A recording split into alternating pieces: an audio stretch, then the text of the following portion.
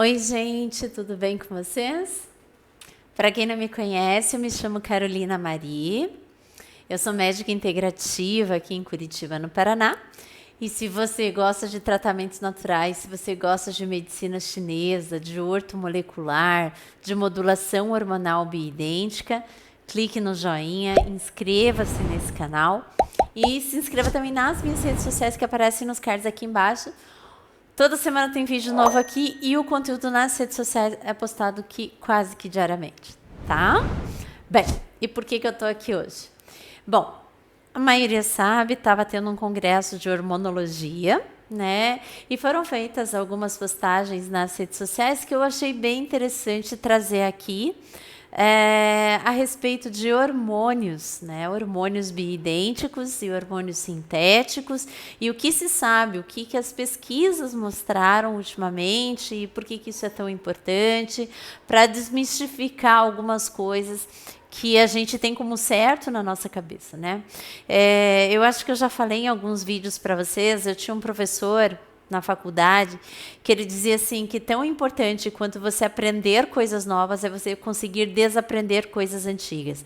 Então, com este, digamos assim, com este apelo, é que eu estou aqui para fazer esse vídeo de hoje, tá? No qual eu vou falar sobre hormônios sintéticos e hormônios bioidênticos, né? Hoje está proibido, tem uma portaria, se não me engano é da Anvisa, eu não sei direito quem que é, tá? Vou ser bem sincera, mas eu acho que é da Anvisa, que é proibido você colocar na sua receita, por exemplo, hormônio bioidêntico ou hormônio isomolecular. É proibido. Então, tenha em mente o seguinte, que hormônio bioidêntico ou hormônio isomolecular é um hormônio igualzinho o que você produz no seu corpo, tá? E que principalmente ele tem origem vegetal. Ele tem origem de um fitoterápico, né? Ele não é feito em laboratório e ele não é um produto animal. Ele é um produto vegetal. Tá? Então, sempre que eu falar de bioidêntico, de isomolecular, eu vou estar falando, na verdade, de um componente fitoterápico. E quando eu estou falando de um hormônio sintético, eu estou falando de algo que foi feito em laboratório ou que veio de algum derivado animal, tá? Então, vamos lá. O que todo mundo... As pessoas... No seu íntimo, todas elas têm medo de hormônio. Vocês já repararam isso? A maioria das pessoas tem medo de hormônio. E tem medo por quê? Porque o hormônio dá câncer. Essa é sempre a resposta, né? E aí, isso é facilmente rebatido no seguinte, que a época em que nós mais temos hormônio no nosso corpo é na época da adolescência. Isso está mudando um pouco agora, tá? Eu vou falar que eu já peguei adolescente, adulto jovem ali pelos 20 anos com deficiência hormonal. Mas aí tem um outro fator que influencia muito, que são as intoxicações, né? Sejam intoxicações alimentares, intoxicações por metais pesados, tá? Que acabam interferindo nessa produção hormonal. Porém, de uma certa forma, de uma forma geral, quando a gente mais tem hormônio é quando a gente está na adolescência. E não é nessa idade que os tumores acontecem. Tá? Os tumores vão acontecer numa época, não que tenha idade para o tumor acontecer, né? Eu vi o professor, o Alexandre Távola, falando sobre isso numa live, num vídeo dele, e eu concordo. Não é que câncer tem idade, é uma coisa de terreno biológico. Mas, como é dito que o hormônio causa câncer, uma forma bem fácil de rebater isso é que quando a gente mais tem hormônio, não é a idade que mais prevalentemente a gente tem câncer, tá? Não que câncer tem idade, mas não é isso, né? Bem, isso tudo, no caso das mulheres, eu já vou falar no caso dos homens, tá? No caso das mulheres, é decorrente de um estudo chamado, o estudo, a sigla dele é WHI, né, de Women's Health, alguma coisa lá, International, não sei, que fez um estudo em 1991 e comprovou com esse estudo que o hormônio feminino causava câncer, tá? Só que esse estudo, além de ser em 1991, ele usou um componente chamado Premarin, um hormônio chamado Premarin, que é um hormônio sintético, tá? Ele tem origem animal. Vem de Pregnant Mare's Urine, né? Premarin, tá? Urina de égua prenha, né? Embora aí quem sabe um pouco mais de inglês, geralmente a gente não usa pregnant para designar animais, né? É gravid, tá? Então, enfim. Então, esse estudo que comprovou que hormônios causam câncer foi um estudo feito em 91 com Premarin, que não era um hormônio bioidêntico, né? Uma outra coisa que se confunde muito é que as pessoas acham que tudo que se toma é hormônio sintético e tudo que se passa é hormônio bioidêntico. Isso aí é uma mentira também. Como eu disse, a origem do sintético e do bioidêntico está na sua origem. O bioidêntico tem uma origem vegetal, o sintético tem uma origem animal ou sintética, ela foi feita em laboratório. Bem, e esse estudo que comprovou então que hormônios causam câncer em mulher foi feito com hormônio retirado de água prenha, que além de não ser parecido com o nosso hormônio, então ele não encaixa direto no receptor. E quando a gente fala em hormônio, a gente tem que falar em produção suficiente, transporte adequado e recepção suficiente, tá? Ele não se encaixa no receptor de forma adequada, ele se encaixa mais ou menos, e muitas vezes ele é acima do valor do que aquela mulher precisa. Tem mais estrogênio do que ela precisa, tem mais progesterona do que ela precisa. E além de ter mais, não é o que ela naturalmente produz, tá? Então, esse é um dos motivos pelo qual nesse estudo, de fato, foi positivo, deu positivo e de fato, o Premarin causa câncer, tá? Outros estudos foram feitos com anticoncepcionais. E anticoncepcionais também estão envolvidos, anticoncepcionais orais, aqui eu quero fazer um adendo.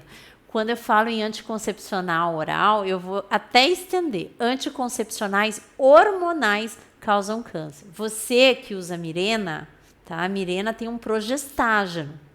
Eu faço um desafio. Dose a sua dose de progesterona e veja se ela não está suprimida, tá? Por quê? Porque tem progestágeno liberado pelo Mirena. Então, achar que o Mirena está liberando progestágeno só para dentro do útero, isso é um engano. Façam um exame e comprovem. Se o Mirena estivesse liberando progesterona apenas dentro do útero, você não teria supressão de progesterona no seu corpo. Fecha parêntese aqui, tá? Então, o mesmo Premarin que causa câncer, você pode estender que anticoncepcionais hormonais também estão envolvidos no aparecimento de câncer. Já os bioidênticos não tem estudo que comprove a associação dele com tumor. Pelo contrário, nesse congresso de hormonologia, os estudos estão mostrando que os hormônios bioidênticos, além de não causarem, protegem, são antiproliferativos. Isso vale especialmente para a progesterona bioidêntica. Tá? Eu não vou entrar muito no mérito, porque aqui, nesse vídeo, eu quero só fazer a diferenciação entre hormônio sintético e bioidêntico, né? Mas aí os estudos têm demonstrado que esses bioidênticos, além de não causarem câncer, eles ainda têm um efeito protetor em relação aos tumores, tá? Prestem bastante atenção nisso.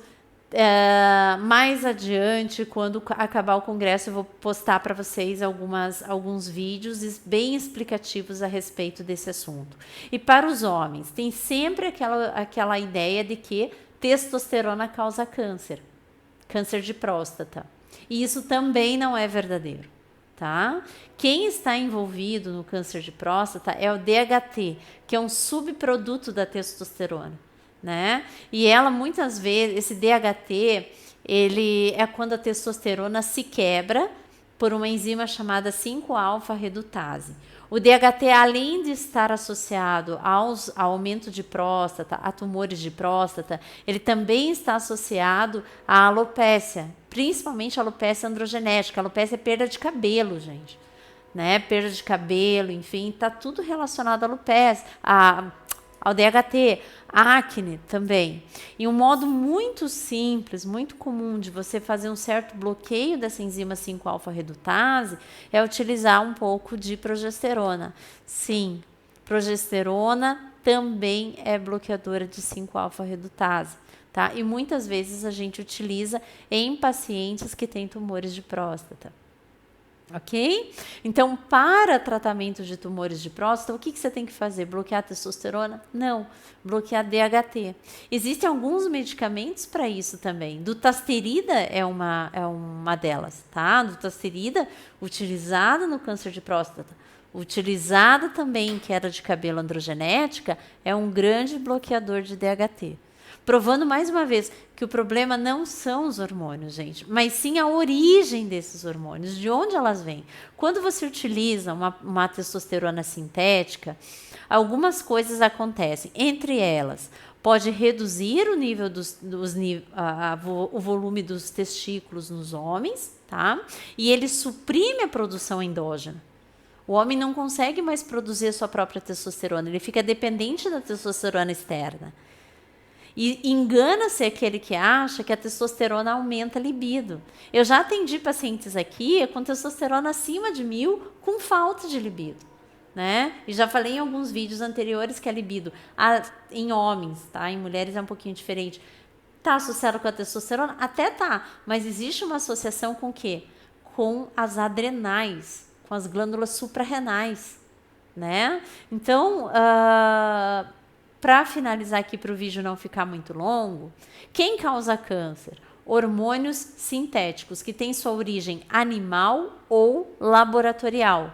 Os hormônios bioidênticos, além deles não demonstrarem associação com tumores, eles ainda estão mostrando uma associação antiproliferativa, uma associação que defende o organismo contra o aparecimento de tumores. Então, não é qualquer hormônio que causa tumor e não é qualquer hormônio que protege. Causa tumor aquele hormônio que é sintético e defende do tumor aquele hormônio que é bioidêntico, que tem a sua origem vegetal, que é idêntica que você produz. Tá? Essa é a principal diferença. Ok, gente? Então, com isso eu fico aqui. E testosterona?